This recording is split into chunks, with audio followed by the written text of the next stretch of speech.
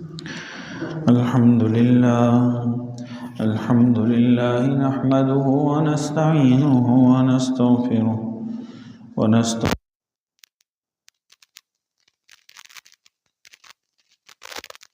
أعوذ بالله من شرور أنفسنا ومن سيئات أعمالنا من يهده الله فلا مضل له ومن يضلل فلا هادي له ونشهد أن لا إله إلا الله وحده لا شريك له ونشهد أن سيدنا ومولانا محمدا عبده ورسوله أرسله بالحق بشيرا ونذيرا وداعيا إلى الله بإذنه وسراجا منيرا أما بعد فأعوذ بالله من الشيطان الرجيم بسم الله الرحمن الرحيم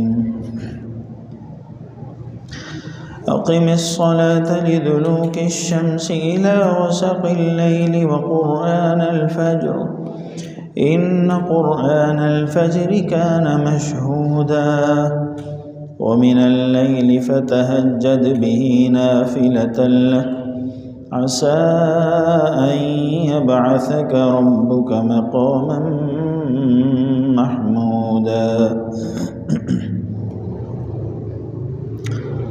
آمنت بالله صدق الله العظيم وصدق رسوله النبي الكريم ونحن على ذلك لمن الشاهدين والشاكرين والحمد لله رب العالمين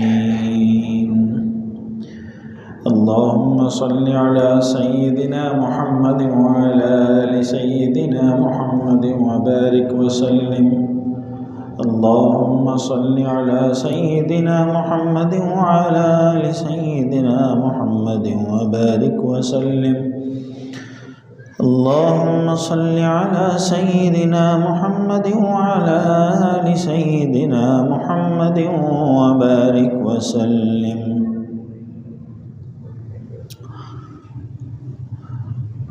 قرآن کریم کی اللہ تعالیٰ کے فضل و کرم سے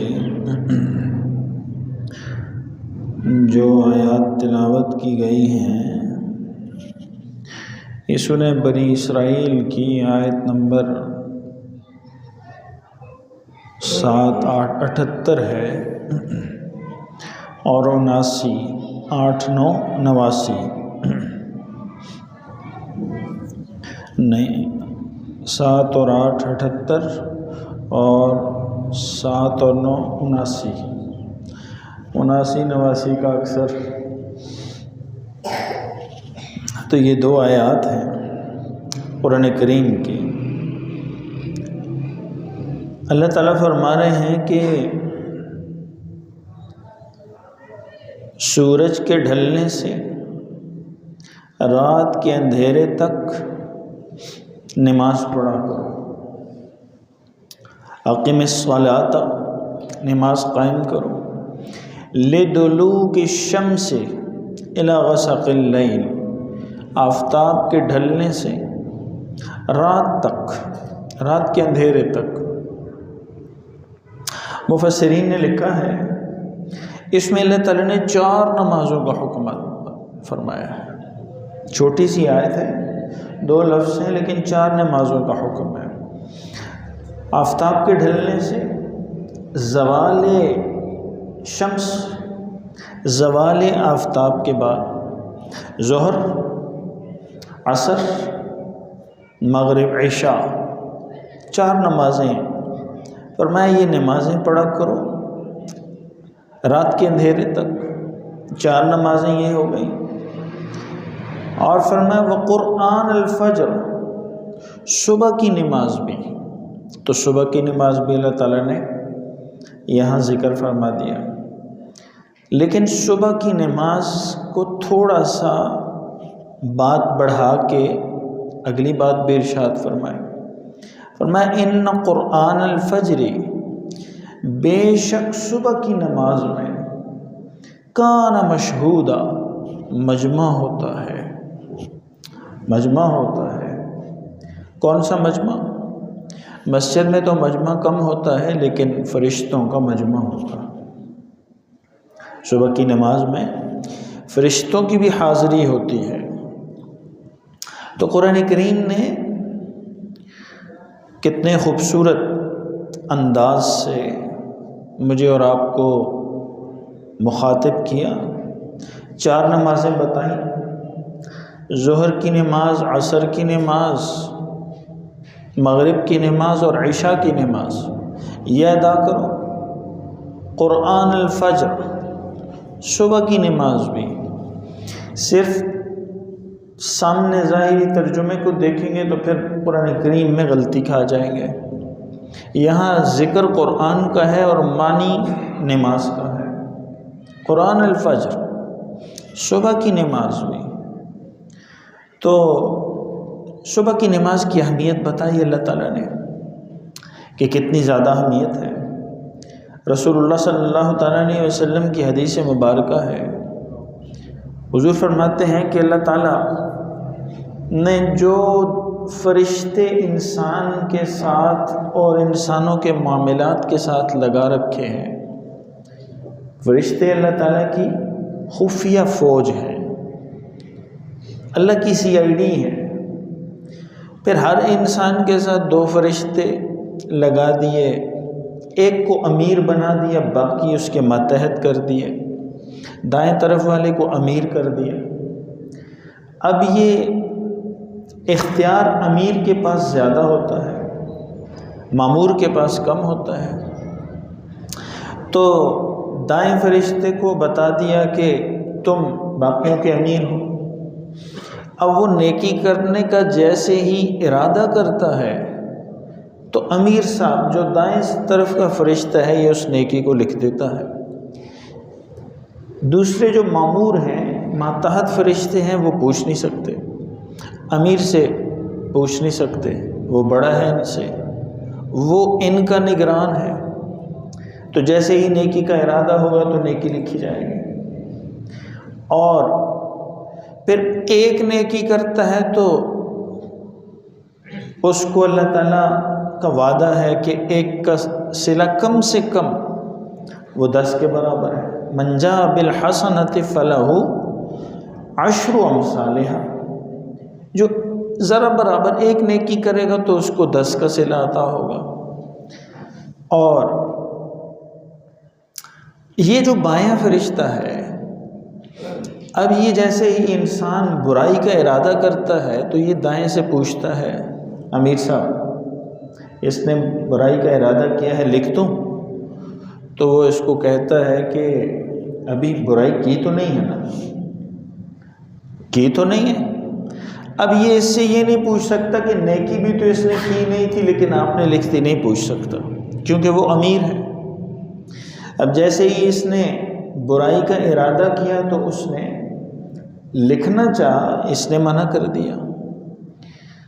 میں جیسے ہی اس نے برائی کی تو اب یہ پھر پوچھتا ہے کہ جی اس نے برائی تو کر لی ہے، اب میں لکھ لوں؟ تو یہ امیر فرشتہ اس کو کہتا ہے کہ ابھی صبر کرو، برائی کی ہے لیکن توبہ بھی تو کر سکتا ہے نا، برائی ہی کی ہے توبہ بھی تو کر سکتا ہے، تو ابھی صبر کرو، ممکن ہے توبہ کر لے۔ اب یہ جب توبہ کر لے تو اللہ تعالیٰ کی طرف سے اس کو کہا جاتا ہے، اس کو اختیار ہے، یہ کہتا ہے اس کے گناہ کو ایسے مٹاؤ کہ مٹتا ہو، جو جگہ مٹ جاتی ہے تو وہ نشان رہتا ہے، وہ نشان بھی باقی نہ رہے، ایسے نظر آئے جیسے یہ برائی لکھی نہیں گئی، اس کے کاغذ کو بالکل صاف کر دو۔ اور اگر وہ توبہ نہ کرے تو یہ اس کو کہتا ہے کہ اس نے برائی بھی کی، توبہ بھی نہیں کی، تو اب کیا حکم ہے؟ تو اب یہ اس کو کہتا ہے کہ چلو ایک برائی کی ہے تو پھر ایک لکھ ہی لو۔ ہونا تو یہ چاہیے تھا کہ 10 نیکیاں تو 10 برائیاں، لیکن نیکیاں 10 لکھی جاتی ہیں اور برائی 1 لکھی جاتی ہے۔ رسول اللہ صلی اللہ تعالیٰ علیہ وسلم کا فرمان گرامی عرض کر رہا تھا میں، حضور فرماتے ہیں کہ اللہ تعالیٰ اپنے علم کے باوجود فرشتوں سے پوچھتے ہیں کہ جب تم آئے، تمہاری ڈیوٹی تبدیل ہوئی، تو فجر اور عصر میں ڈیوٹی بدل جاتی ہے فرشتوں کی، تو تم آئے تو تم نے میرے بندے کو کس حال میں دیکھا؟ تو وہ عرض کرتے ہیں کہ جی وہ نماز میں تھا۔ اب چونکہ جو شام والے ہیں وہ جب گئے تو یہ عصر کی نماز میں تھا، اور جو فجر والے ہیں وہ آئے تو یہ پھر فجر کی نماز میں تھا۔ تو گویا اس کا آنا جانا، فرشتوں کا جو آنا جانا دونوں ہیں، وہ دونوں اس کو عبادت میں دیکھ کر اللہ کے ہاں بتا دیتے ہیں کہ جی ہم نے تو عبادت میں دیکھا ہے۔ تو اللہ تعالیٰ ان کی گواہی کی بنیاد پر اس کے 24 گھنٹے کو عبادت میں لکھ دیتے ہیں کہ یہ 24 گھنٹے عبادت میں ہے۔ چونکہ جاتے فرشتوں نے، ڈیوٹیاں بدلنے والے فرشتوں نے اس کو اس حال میں دیکھا ہے کہ یہ عبادت میں ہے، نماز میں ہے۔ تو یہاں قرآن کریم میں اللہ تعالیٰ فرما رہے ہیں کہ 4 نمازیں، یہ قرآن کریم کا اعجاز ہے، اعجاز معجزہ ہے کہ انداز قرآن کریم کا کیسا ہے اور معنی کیسے کشید ہو رہے ہیں۔ اقیم الصلاۃ، نماز قائم کیا کرو، لدلوک الشمس، آفتاب کے ڈھلنے سے، الی غسق اللیل، رات تک۔ تو مفسرین نے لکھا یہاں اللہ تعالیٰ نے 4 نمازوں کا حکم فرمایا کہ ظہر، عصر، مغرب، عشاء۔ ظہر کی نماز زوال کے ڈھلنے کے بعد، سورج، زوال آفتاب، زوال شمس کے بعد ہے۔ تو 4 نمازیں یہ فرما دی، اور ساتھ فرمایا وقرآن الفجر، اور صبح کی نماز بھی۔ ان قرآن الفجر کان مشہودا، بے شک صبح کی نماز میں مجمع ہوتا ہے۔ کس چیز کا مجمع؟ ملائکہ کا مجمع۔ اب آپ دیکھتے ہیں ہم اور آپ کہ صبح کی نماز کے معاملے میں ہماری کمزوری کتنی ہے۔ ویسے جب ٹھنڈ ہو جائے، برف پڑ جائے، تو آپ دیکھتے ہیں کہ لوگ اس برف کو دیکھنے کے لیے سردی میں برف میں چلے جاتے ہیں، برف دیکھنے جا رہے ہیں۔ لیکن ٹھنڈ ہو تو گھر سے اٹھ کر مسجد آنے میں ہمیں رکاوٹ اور تکلیف محسوس ہوتی ہے، ہم نہیں آ سکتے۔ گرمیاں ہوں تو ہم کہتے ہیں کہ جی چونکہ رات چھوٹی ہے، میری نیند پوری نہیں ہو رہی، تو نیند پوری نہ ہونے کی وجہ سے میں فجر نہیں پڑھ سکتا۔ اور سردی ہو تو ہم کہتے ہیں کہ جی ٹھنڈ اتنی زیادہ ہے کہ ہمیں بستر نہیں چھوڑتا، سردی میں ہمارے لیے فجر میں آنا مشکل ہو جاتا ہے۔ اور حالانکہ صبح کا جو وقت ہے فجر کا، اس کی کئی فضائل ہیں اس وقت کے۔ حضرت فاطمہ رضی اللہ تعالیٰ عنہا سے منسلک ایک روایت ہے، اگرچہ وہ سند کے اعتبار سے صحیح نہیں ہے، سند پہ اس کے کلام ہے، لیکن اس میں حضرت فاطمہ رضی اللہ تعالیٰ عنہ فرماتی ہیں کہ صبح کے وقت اللہ تعالیٰ اپنی مخلوق میں رزق کو تقسیم فرماتے ہیں۔ اور اسی طرح صبح کا جو وقت ہے، صحابہ فرماتے ہیں، ترمذی شریف کی روایت ہے، صحابی فرماتے ہیں کہ رسول اللہ صلی اللہ تعالیٰ علیہ وسلم فجر کے لیے تشریف لاتے تو اشراق تک اسی اپنی جگہ پر تشریف فرما رہتے، وہیں جہاں حضور نماز پڑھاتے، نماز پڑھا کے رخ نمازیوں کی طرف فرما دیتے اور تشریف فرما رہتے۔ صحابی فرماتے ہیں کہ صحابہ کرام بھی وہیں بیٹھے رہتے، بعض صحابہ آپس میں کوئی بات چیت بھی کر لیتے، بعض صحابہ جاہلیت کی کوئی پرانی بات یاد تازہ کر لیتے، تو فرماتے ہیں رسول اللہ صلی اللہ تعالیٰ علیہ وسلم ان کی بات کو سن کر مسکرا بھی فرماتے، مسکرا دیتے، حضور مسکرا جاتے۔ تو معلوم ہوا کہ رسول اللہ صلی اللہ تعالیٰ علیہ وسلم اشراق تک بیٹھے رہتے اور عشراق کے بعد تشریف لے جاتے۔ اور یہ رسول اللہ صلی اللہ تعالیٰ علیہ وسلم کی سفر و حضر کی یہ عادت شریفہ تھی۔ سفر میں ہیں تب بھی، اور حضر میں ہیں، مقام پر ہیں تو تب بھی۔ یہی طریقہ تھا اللہ کے رسول علیہ الصلوۃ والسلام کا کہ حضور تشریف فرما ہوتے فجر کی نماز کے بعد۔ اور اسی طرح یہاں قرآن کریم نے کہا ان قرآن الفجر کان مشہودا، صبح کی ہر نماز میں فرشتے ہوتے ہیں، ہر نماز میں، ہر مسجد میں فرشتے ہوتے ہیں، چونکہ پاک جگہ ہے، اللہ تعالیٰ کا گھر ہے اور فرشتوں کا مسکن ہے، فرشتے ہوتے ہیں اور وہ غیر مرئی مخلوق ہیں، انسانوں کو نظر نہیں آتے۔ اسی طرح مسلمان نیک جنات بھی مساجد میں ہوتے ہیں، چونکہ وہ اللہ کی عبادت گاہیں ہیں، یہ زمین پر اللہ کے گھر ہے۔ لیکن قرآن کریم نے کہا کہ فجر کی نماز، صبح کی نماز میں فرشتوں کا مجمع ہوتا ہے، کافی زیادہ فرشتے ہوتے ہیں، عام حالات کی بنسبت زیادہ ہوتے ہیں۔ اور آپ دیکھیں کہ ہم فجر کی نماز میں انسانوں کا مجمع کم ہو جاتا ہے، مسلمانوں کا مجمع کم ہو جاتا ہے۔ اللہ کے رسول علیہ الصلوۃ والسلام کی دو مختلف روایات بتاتی ہیں کہ منافقین پہ دو نمازیں بھاری ہیں۔ ایک میں فرمایا کہ فجر کی نماز اور عشاء کی نماز، دوسری میں فرمایا فجر کی نماز اور عصر کی نماز۔ فجر کے وقت بھی نیند کا غلبہ ہے، اور عصر کے وقت والی روایت لی جائے تو دنیا داری، مشغولیت، کھیل کود، کاروبار، ملازمت۔ اور اگر دوسری عشاء والی لی جائے تو عشاء میں فیملی ٹائم، کھانا، گپ شپ، آج کے زمانے کے جو میڈیا کے مسائل ہیں دیکھنا، اور شو گفتگو کے جو ہوتے ہیں ٹاک شو، جس کو اس کا شوق ہوتا ہے تو وہ دیکھتا ہے، جس کو ڈرامے وغیرہ کا ہوتا ہے تو وہ دیکھتا ہے، جس کو اور چیزوں کا ہوتا ہے تو وہ دیکھ رہا ہوتا ہے۔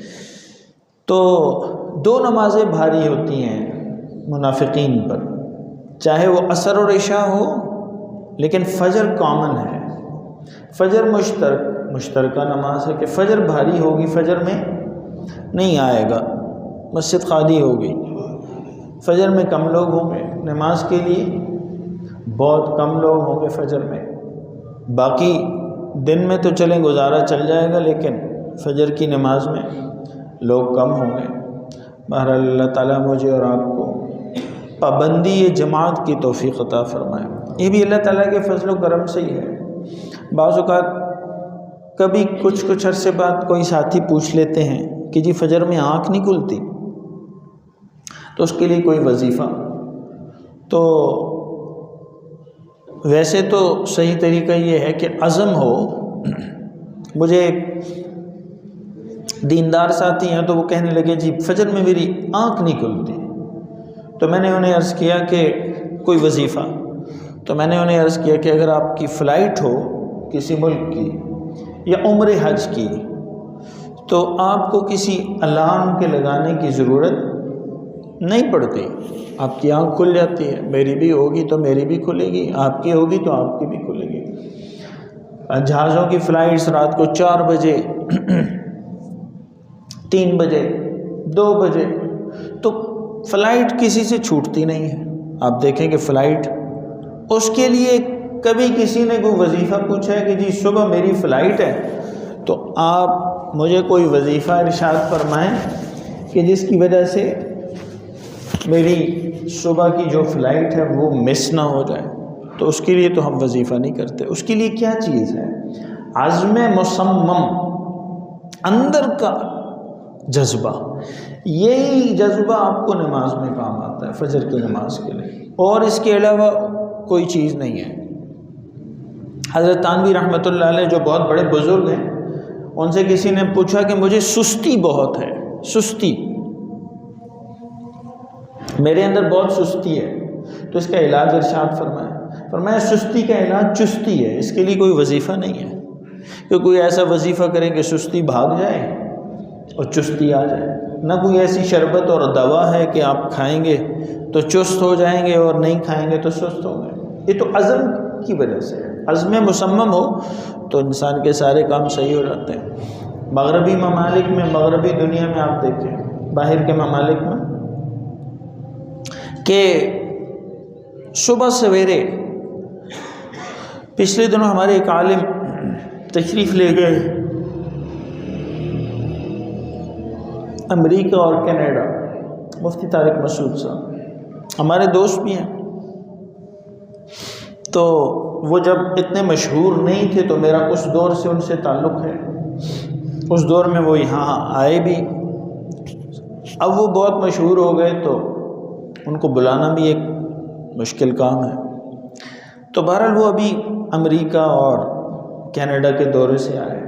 ان کی ایک وہ ویڈیو میں نے دیکھی تو انہوں نے فرما رہے ہیں کہ صبح کا جو وقت ہے امریکہ میں اور کینیڈا میں، مغربی ممالک ہیں، اللہ کی یاد اور اللہ کے نام سے اکثریت ناشنا ہے، لیکن فرما رہے ہیں کہ سب سے زیادہ گاڑیاں جو ہیں وہ سڑکوں پر صبح کے وقت ہوتی ہیں. سویرے فجر کے بعد لوگ جا رہے ہوتے ہیں کام کاج کے لیے اور ملازمتوں کے لیے اور دفتروں کے لیے.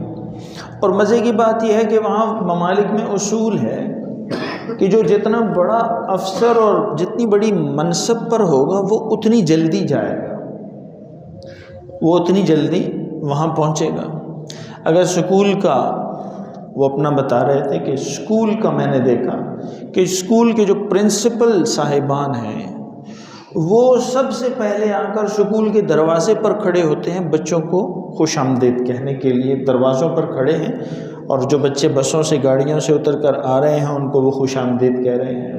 پرنسپل ہے سکول کا، لیکن اس ٹیچرز، اساتذہ سے پہلے وہ کھڑا ہے سکول کے دروازے پر بچوں کو خوش آمدید کہنے کے لیے. تو صبح کے حوالے سے آج جہاں آپ دیکھتے ہیں کہ جی ہمارے ملک کے حالات ایسے ہیں، اور کوئی آپ سے بھی چھپے ہوئے نہیں ہے اور کوئی ہم سے بھی چھپے ہوئے نہیں ہیں، ان میں جو دیگر کئی وجوہات ہیں، ایک بڑی وجہ یہ ہے کہ آدھے سے زیادہ پاکستان تو فجر کے وقت سو رہا ہوتا ہے. بہت بڑی وجہ ہے. دیگر وجوہات بھی ہوں گی. جب ہم دیگر وجوہات کو قبول کرنے کو تیار ہیں آپ کی، تو آپ اللہ اور اس کے رسول کی بتائی ہوئی ایک اس وجہ کو بھی تو قبول فرمائیں کہ یہ بھی ایک بڑی وجہ ہے. ملک کے حالات اچھے نہ ہونے کی ایک بہت بڑی وجہ یہ ہے کہ آدھے سے زیادہ مملکت میں لوگ فجر کے بعد سو رہے ہیں. رسول اللہ صلی اللہ تعالیٰ علیہ وسلم، آپ کی ازواج مطہرات، آپ کے صحابہ، سب کا طریقہ تھا کہ وہ فجر کے بعد نیند نہیں کرتے تھے، فجر کے بعد سوتے نہیں تھے. اس سے کوئی یہ مطلب بھی نہ لے لے کہ فجر کے بعد سونا حرام ہے یا ناجائز ہے. نہ حرام ہے نہ ناجائز ہے. فجر کے بعد سونے سے برکت اٹھ جاتی ہے، حرام اور ناجائز نہیں ہے، برکت اٹھ جاتی ہے. اللہ کے رسول علیہ الصلوۃ والسلام کے ایک صحابی ہیں حضرت سمرہ رضی اللہ تعالی عنہ، کافی مسکینی کی زندگی گزار رہے تھے. فرماتے ہیں کہ میں اسلام لایا تو میرے حالات اور پتلے ہو گئے. پہلے تو چلیں کوئی عزیز داری، رشتہ داری، تعلق داری ایک سلسلہ تھا. اب جب وہ سارے سلسلوں کو چھوڑ کر اسلام قبول کیا تو ہر طرف سے منہ پھیرے گئے تو میرے حالات اور نیچے چلے گئے. تو مجھے رسول اللہ صلی اللہ تعالیٰ علیہ وسلم نے فرمایا، میں نے پوچھا کہ یہ میرے حالات تو دن بدن نیچے جا رہے ہیں، میں آپ کے ہاتھ پر اسلام بھی لا چکا ہوں، مجھے کوئی ارشاد فرمائے. تو فرماتے ہیں مجھے رسول اللہ صلی اللہ تعالیٰ علیہ وسلم نے فرمایا کہ تم صبح کی نماز کے بعد کام شروع کیا کرو. فجر کی نماز کے بعد کام شروع کرو. تجارت، زراعت، ملازمت، کوئی بھی کام، جو بھی کام ہے وہ فجر کے بعد شروع کرو. فرماتے ہیں اللہ کے رسول علیہ الصلوۃ والسلام کی اس نصیحت مبارکہ پر عمل کرنے کی برکت سے اللہ تعالیٰ نے مجھے مالا مال فرما دیا۔ میں تجارت کرتا تو صبح سویرے شروع کرتا، اور اللہ تعالیٰ نے مجھے برکت عطا فرمائی۔ اس لیے برکت دی کہ پیارے آقا صلی اللہ تعالیٰ علیہ وسلم کا فرمان مبارک ہے کہ حضور نے دعا مانگی اللہ تعالیٰ سے، اللہم بارک لامتی، میرے اور آپ کے لیے۔ دعا تو ہمیں مانگنی چاہیے، لیکن حضور مانگ رہے ہیں، اللہم بارک لامتی فی بکورہا، اللہ میری امت کی صبح میں برکتیں عطا فرما، میری امت کی صبح کو بابرکت بنا، جو کام صبح سے شروع کریں اس میں برکت عطا فرما۔ تھوڑا ہوگا لیکن برکت والا ہوگا، لمیٹڈ ہوگا، تھوڑا ہوگا، لیکن اللہ تعالیٰ کی طرف سے جو ہوگا وہ برکت اور خیر والا ہوگا، عافیت اور رحمت والا ہوگا۔ اللہم بارک لامتی فی بکورہا، اللہ میرے لیے، میری امت کے لیے صبح کے جھٹ پٹے میں برکتیں نازل فرما، میری امت کو صبح کے کاموں میں برکتیں عطا فرما۔ اس کا ایک مفہوم یہ بھی ہو سکتا ہے، اللہ جو میری امت کا فرد صبح کو کام کرے اس کے صبح کے اس کام میں برکت عطا فرما، جیسے ہی وہ جو بھی کرے تو صبح کو برکت۔ اور اسی طرح رسول اللہ صلی اللہ تعالیٰ علیہ وسلم نے دوسری جگہ فرمایا، جس نے صبح کی نماز ضائع کی، فجر کی نماز ضائع کر دی تو اس نے سب کچھ ضائع کر دیا۔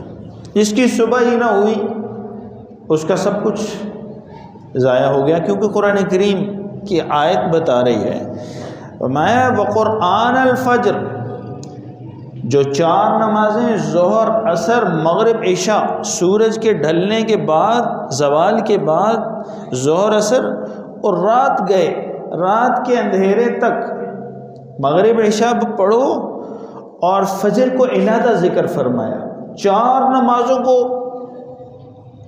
اکٹھا ذکر فرمایا، فجر کی نماز کو علیحدہ ذکر فرمایا، وقرآن الفجر، اور صبح کی نماز، اور ساتھ فرمایا ان قرآن الفجر کان مشہودا، بے شک سے مراد یہ قرآن کریم کا انداز ہے، اس میں کوئی شک نہیں ہے، اور تم بھی سن لو اور یقین کر لو، یہ پکی ٹھکی بات ہے۔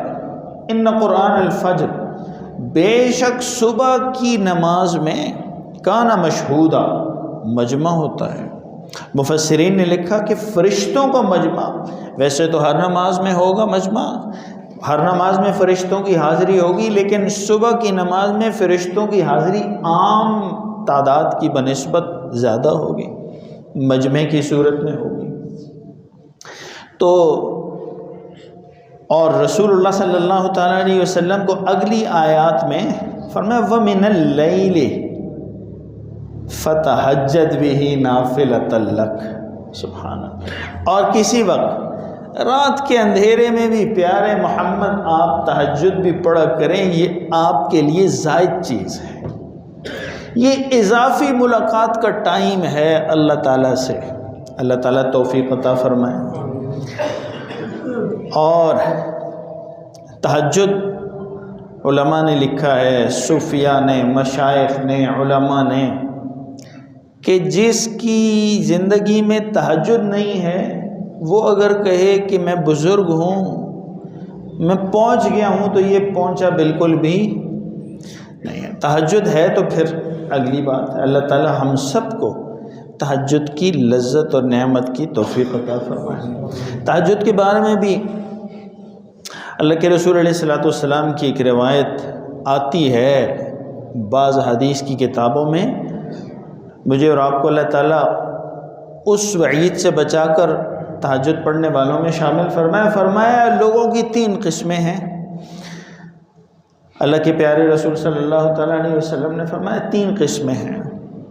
کچھ ایسے لوگ ہیں کہ جو اللہ کی نگاہ میں ایسے مبغوض ہیں کہ اللہ نہیں چاہتے کہ یہ رات کو خاص وقت میں مجھ سے ملاقات کریں، خاص وقت کی ملاقات کا ٹائم اللہ تعالیٰ ان کو عطا نہیں فرماتے۔ دن کو کہیں کوئی حاجت ہے تو پوری تو اسی نے کرنی ہے۔ تو حضور نے فرمایا کہ اگر ایسے لوگوں میں سے کوئی رات کو کروٹ بدل کے جاگ جائے تو فرشتوں کو حکم ہوتا ہے اس کو تھپکی دے کر سلا دو تاکہ یہ نہ اٹھ سکے، یہ میرے آگے نہ کھڑا ہو۔ اور فرمایا دوسری قسم وہ ہے علماء کی کہ جو سارا دن قرآن و حدیث پر محنت کرتے ہیں، تو جب وہ سوتے ہیں تو اللہ تعالیٰ فرماتے ہیں ان کو سونے دو، انہوں نے مجھے اپنے عمل فعل قول سے خوب راضی کر رکھا ہے، یہ نہیں بھی مانگیں گے میں پھر بھی عطا کروں۔ اور فرمایا کہ تیسری قسم انسانوں میں وہ ہے کہ جن کو اللہ تعالیٰ کی طرف سے فرشتوں کی ڈیوٹی ہوتی ہے کہ یہ میرے بندے ہیں، ان کی نیند کو رات کے پچھلے پہر میں ذرا کچا کرو تاکہ یہ میرے آگے کھڑے ہوں، مجھ سے بات کریں، مجھ سے مناجات کریں، میرے ساتھ لو لگائیں، یہ میری سنیں میں ان کی سنوں، یہ مجھے دیکھیں تصور میں اور میں انہیں دیکھوں، یہ مجھ سے مانگیں میں انہیں عطا کروں۔ جیسے وہ رسول عربی صلی اللہ تعالیٰ علیہ وسلم کی دوسری حدیث مبارکہ فرمایا اللہ تعالیٰ آسمان دنیا پر ندا فرماتے ہیں رات کے اس پہر کہ کوئی ہے جو مجھ سے صحت مانگے میں اس کو صحت عطا کروں، کوئی ہے جو مجھ سے تونگری مانگے میں اس کے فقر کو دور کر کے اس کو تونگری عطا کروں، کوئی ہے جو مجھ سے اپنی مشکلوں کا حل چاہے میں اس کی مشکلوں کو آسان کروں۔ تو یہ اللہ تعالیٰ کی طرف سے تیسرے درجے کے ایسے لوگ ہیں، اللہ تعالیٰ ہم سب کو بھی ان میں شامل فرمائے۔ تو قرآن کریم ہمیں بتا رہا ہے کہ فجر کی نماز میں فرشتوں کا مجمع زیادہ ہوتا ہے عام نسبت سے، قرآن کریم کی آیت ہے، اور فجر کی نماز کی اہمیت عام نمازوں سے پھر بڑھ جاتی ہے۔ تو میں نے شروع میں عرض کیا کہ فرشتوں کا مجمع تو فجر میں زیادہ ہوتا ہے لیکن انسانوں کا مجمع کم ہو جاتا ہے۔ ہم پوچھتے ہیں کہ جی میری آنکھ نہیں کھلتی، اس کے لیے کوئی وظیفہ ارشاد فرمائے۔ تو میں نے عرض کیا کہ اگر فلائٹ ہو تو پھر کبھی ہم نے نہیں پوچھا کہ جی صبح میری فلائٹ ہے تو اس کے لیے کوئی وظیفہ ارشاد فرمائے تاکہ میں بروقت جہاز پر پہنچ جاؤں، چڑھ جاؤں اور جہاز مجھے لے جائے۔ تو یہ جو جہاز پر چیز فلائٹ کے لیے تیار کرتی ہے یہ عزم مصمم ہے، اگر یہ عزم مصمم ہو تو پھر وظیفے کی بھی ضرورت نہیں، اور اگر کسی کی کوئی بیماری یا بعض سب انسان برابر نہیں ہوتے تو اٹھنے میں دشواری ہو تو پھر سورہ کہف کی علماء نے لکھا ہے سورہ کہف کی آخری 2 آیات پڑھ کے سو جائے تو جو وقت نیت کرے گا اللہ تعالیٰ اس کو اس وقت پر اٹھا بھی دیں گے۔ جو آخری 2 آیات ہیں سورہ کہف کی آخری 2 آیات وہ تلاوت کر کے سو جائے تو اللہ تعالیٰ اس کو ان آیات کی برکت سے اٹھنے کی بھی توفیق عطا فرمائیں گے۔ یہ بھی کر لے انسان، ہمت کر لے، اور ساتھ ہاں یہ جو میں نے آیات کا بتایا یہ قرآن کریم سے یا حدیث مبارکہ سے ثابت نہیں ہے، یہ تجارب الصالحین میں سے ہے، نیک لوگوں کے تجربے، علماء کے تجربے، نیک لوگوں کے تجربے، تجارب الصالحین ہمارے ہاں اس کو بھی مانا جاتا ہے، نیک لوگوں کے جو تجربے ہوتے ہیں ان سے فائدہ اٹھایا جاتا ہے۔ تو بہرحال یہ 2 آیات جو سورہ کہف کی آخری 2 آیات ہیں یہ بھی پڑھی جا سکتی ہیں، تاکہ ہم نے اپنے والد صاحب کو دیکھا کہ بچپن میں بھی کہ کبھی انہوں نے الارم نہیں، پہلے وہ گھڑیاں ہوتی تھیں الارم والی، تو ہم نے اپنے والد کو دیکھا کہ وہ کبھی الارم نہیں لگاتے تھے۔ ابھی موبائل کا زمانہ ہے تو وہ موبائل کا الارم بھی نہیں لگاتے صبح اٹھنے کے لیے۔ والدہ تو بہت جلدی اٹھ جاتی ہیں، والد صاحب پھر بعد میں اٹھتے ہیں، لیکن بعض بزرگوں کی عادت ہو جاتی ہے کہ ان کو آپ اس بدن کو جس چیز پر عادی کریں یہ اس پر عادی ہو جائے گا، اس کو چائے کا عادی کر دیں تو چائے پیے گا، میری طرح چھوڑ دیں تو چھوڑ دیں، کچھ بھی نہیں ہوگا، سر میں بھی درد نہیں ہوگا۔ جس چیز پر اس مشین کو آپ ڈھال لیں تو یہ ڈھلنا شروع ہو جاتی ہے، اس کے مطابق ہو جاتی ہے۔ تو صبح کا جو سونا ہے، فجر کے بعد کا سونا، طبی اعتبار سے حکما، میڈیکل سائنس کا تھوڑا جدا ہے علم، اور جو یونانی فلاسفہ کا جو طب ہے وہ تھوڑا جدا ہے. تو وہ فرماتے ہیں، کتابوں میں لکھا ہے، میں نے خود پڑھا ہے، کہ سورج لگے وقت یا صبح کے وقت سونے سے جسم کی ہڈیاں کمزور ہو جاتی ہیں، ٹیڑھی ہو جاتی ہیں، جگہ چھوڑ دیتی ہیں، اور ارادے کمزور ہو جاتے ہیں. صبح فجر کے بعد سونے والے آدمی کے ارادے کمزور ہو جاتے ہیں، کچھ بھی نہیں ہوگا. صبح اٹھے گا سویرے تو عزم مصمم ہوگا، سورج چڑھے سویا رہے گا تو پھر وہ ارادے باندھتا ہی رہے گا. روز نیت کرے گا انشاءاللہ کل سے یہ کروں گا، تو وہ انشاءاللہ کل سے آگے پھر کل پر چلی جائے گی، اور پھر اس سے آگے چلی جائے گی. تو جہاں دیگر ہم موضوعات پر بات کرتے ہیں تو یہ بہت زیادہ ضروری ہے فجر کی نماز میں حاضر ہونا. رسول اللہ صلی اللہ تعالیٰ علیہ وسلم کے صحابہ پابندی سے فجر کی نماز میں حاضر ہوتے. فرمایا کہ کسی منافق کی بھی ہمت نہیں تھی کہ وہ فجر کی نماز کو چھوڑ سکتا، وہ بھی بادل ناخواستہ آتے، مجبور ہوتے کہ فجر میں حاضری ہوتی. اور قرآن کریم کا، جیسے میں نے اسی آیت کے ذیل میں حدیث مبارکہ اللہ کے رسول علیہ الصلوۃ والسلام کی آپ حضرات کے سامنے شروع کی گفتگو میں عرض کی، پیش کی آپ حضرات کی خدمت میں، کہ جس میں فرمایا، اللہ تعالیٰ فرماتے ہیں کہ میرے بندے فرشتوں سے ہوا عالم، اور وہ جانتے ہیں. پھر بھی پوچھتے ہیں میرے بندوں کو کس حال میں چھوڑ کر آئے، کس طرح. تو فرشتے جو بدلتے ہیں ڈیوٹیوں کے، تو وہ جاتے ہیں. تو اگر عصر کے وقت بدل رہی ہے ڈیوٹی تو عصر کو یہ نماز میں ہے، تو ڈیوٹی والوں سے اللہ تعالیٰ پوچھتے ہیں کہاں کیا کر رہا ہے میرا بندہ، تو فرماتے ہیں وہ نماز میں ہے. فجر والوں کو فرماتے ہیں کہ ہاں جی بندوں کو کس حال میں چھوڑ کے آئے، جب رات والے واپس ہو رہے ہوتے ہیں، تو فرمایا کہ وہ نماز میں ہے. تو معلوم ہوا، ہمارے ایک عالم ہیں انہوں نے اس کی تفسیر میں لکھا ہے کہ معلوم ہوا اللہ تعالیٰ کے ہاں بھی بندوں کی روز کے روز حاضری لگتی ہے کہ یہ ہماری بارگاہ میں حاضر ہے یا نہیں. حاضری لگتی ہے جیسے دنیا میں حاضری لگتی ہے. اور جمعے کے دن بھی رسول اللہ صلی اللہ تعالیٰ علیہ وسلم کا پاک ارشاد ہے، فرمایا مسجد کے دروازے پر فرشتہ رجسٹر لے کر کھڑا ہے. کس صورت میں؟ آج کے زمانے میں یہ باتیں سمجھنی اب مشکل نہیں رہی. آپ کے موبائل میں جو میسیجز ہیں وہ اگر آپ ان کو پرنٹ کریں تو بڑے بڑے رجسٹر بن سکتے ہیں؟ نہیں بنتے. واٹس ایپ کے رجسٹر، فیس بک کے بن سکتے ہیں، لیکن وہ سارے ایک موبائل میں ہیں. تو اللہ تعالیٰ کے ہاں بھی نظام ہے جو ہماری سمجھ سے اوپر ہے کہ دروازے پر کھڑا ہے فرشتہ رجسٹر لے کر، اور امام کے خطبے کے لیے کھڑے ہونے سے پہلے آنے والوں کی تو حاضری لگ جاتی ہے. جیسے ہی امام خطبے کے لیے کھڑا ہوا تو بعد کے آنے والوں کی حاضری نہیں ہوتی. حدیث مبارکہ کسی کو چاہیے ہو ثبوت تو میں پیش کر سکتا ہوں. فرمایا بند کر دیتے ہیں فرشتے حاضری کے رجسٹر کو، اور خطبہ جمعہ سننے کی طرف فرشتے بھی متوجہ ہو جاتے ہیں. بعد میں جو تشریف لاتے ہیں ان کا فرض تو ادا ہو جاتا ہے، لیکن بارگاہ الہی میں جانے والے رجسٹر میں حاضری کی بجائے، اٹینڈنس کی بجائے غیر حاضری لکھی ہوتی ہے. حاضری لگتی ہی نہیں ہے. تو یہ بڑی عام باتیں ہیں. اگرچہ آج کے زمانے میں یہ باتیں شاید بعض اوقات ایسا ماحول میں، ہم جس ماحول میں رہتے ہیں جب اللہ اور اس کے رسول کی بات نہیں سنتے یا کم سنتے ہیں تو پھر یہ چیزیں بھی کم اہم لگنے لگتی ہیں. مشکل آتی ہے تو سمجھتے ہیں کہ جی مشکل آ گئی.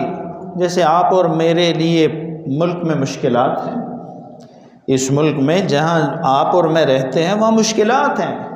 میں اس دن بھی کسی سے عرض کر رہا تھا کہ آج کا جوان مجھ سمیت ملک سے مایوس ہے، اس کو کوئی اپنا مستقبل روشن نظر نہیں آ رہا.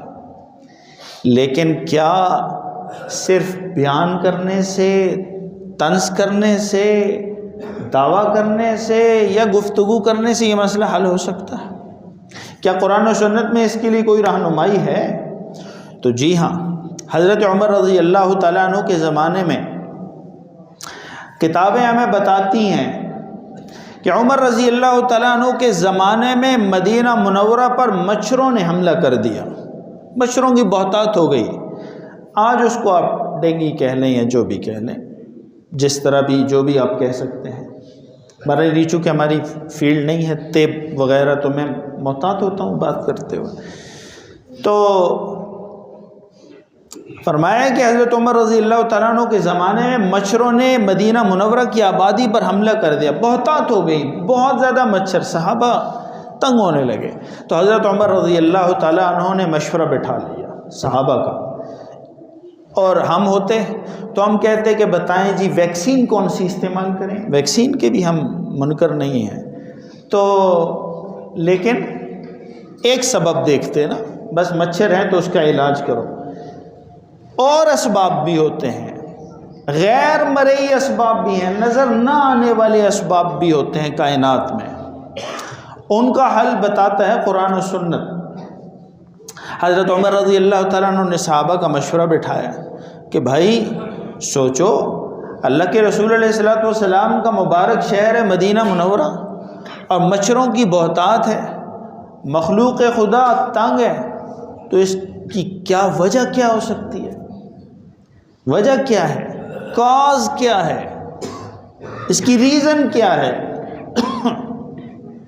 تو صحابہ کرام رضوان اللہ تعالی علیہم اجمعین، سیرت کی کتابیں بتاتی ہیں، سیرت صحابہ کی، کہ صحابہ کرام رضوان اللہ تعالی علیہم اجمعین مشورے میں بیٹھے رہے اور کسی نتیجے پہ نہ پہنچ سکے۔ حضرت عمر رضی اللہ تعالیٰ عنہ نے فرمایا بھائی تلاش کرو، اس کی وجہ معلوم کرو، بغیر وجہ کہ اللہ کی طرف سے کوئی مصیبت اور کوئی آفت نہیں آتی انسانوں پر، اللہ تعالیٰ ظالم نہیں ہے، رحیم و کریم بادشاہ ہے۔ تو صحابہ کرام نے کئی وجوہات پر غور فرمایا، مشورہ مؤخر ہوا اور پھیل گئے، دوبارہ مشورہ ہوا۔ سیرت کی کتابیں بتاتی ہیں کہ حضرت عمر رضی اللہ تعالیٰ عنہ کے سامنے بات رکھی گئی کہ ہمارے سامنے کوئی وجہ نہیں آئی ایسی کہ جس کی وجہ سے مدینہ منورہ کی آبادی پر مچھروں کے حملے کی کوئی وجہ معلوم ہو سکے، مسلمانوں کے اعمال میں سے کوئی چیز سامنے آ سکے۔ سب چیزیں قرآن و سنت کے طریقوں، شریعت کے مطابق، اللہ اور اس کے رسول کے بتائے ہوئے احکام کے مطابق چل رہی ہیں ریاست میں۔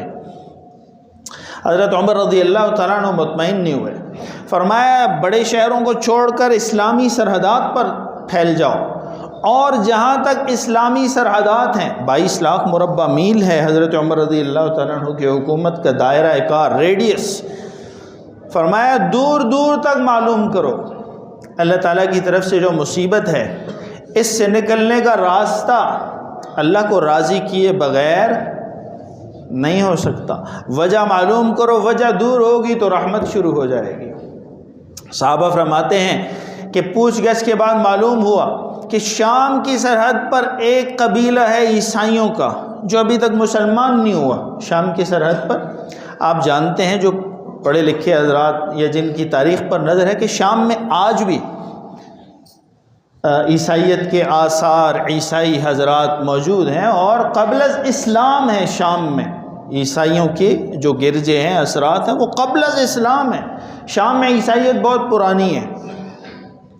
تو فرماتے ہیں کہ سیرت صحابہ کی کتابیں بتاتی ہیں کہ حضرت عمر رضی اللہ تعالیٰ عنہ کے ہرکارے وہاں سے پیغام لائے کہ شام کی سرحد پر آباد ایک غیر مسلم عیسائی قبیلے کا ایک نابالغ بچہ بے گناہ قتل ہوا ہے، اور اس کے قاتل نہیں پکڑے گئے۔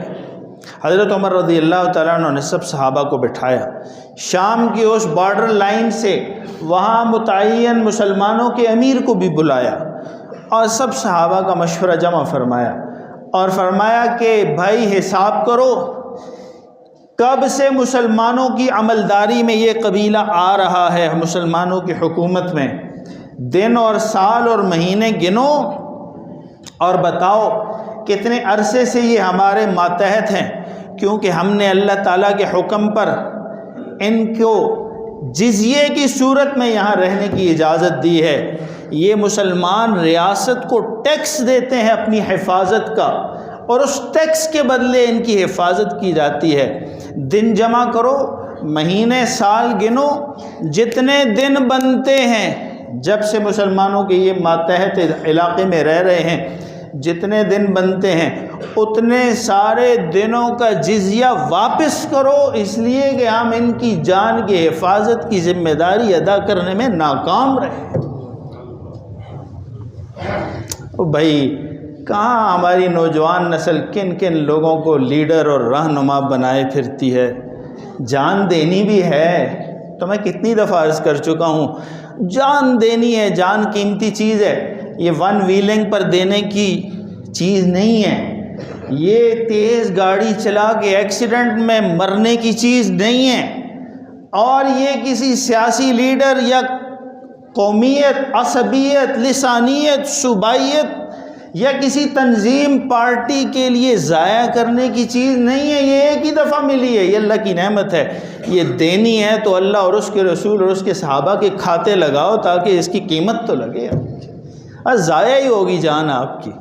حضرت عمر رضی اللہ تعالیٰ عنہ کے جزیہ واپس کرتے ہی صحابہ فرماتے ہیں مدینہ منورہ کی فضاؤں سے مچھر اللہ تعالیٰ نے غائب فرمائے۔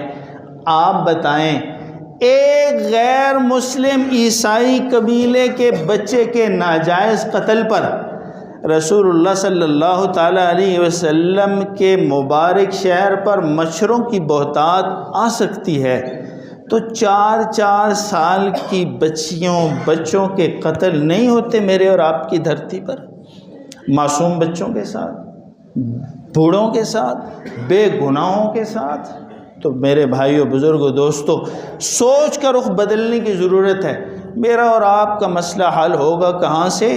اللہ کی بارگاہ سے، اللہ کو راضی کرنے سے، پیارے آقا صلی اللہ تعالیٰ علیہ وسلم کے مبارک طریقوں پر چلنے سے میرے اور آپ کے مسئلے حل ہوں گے۔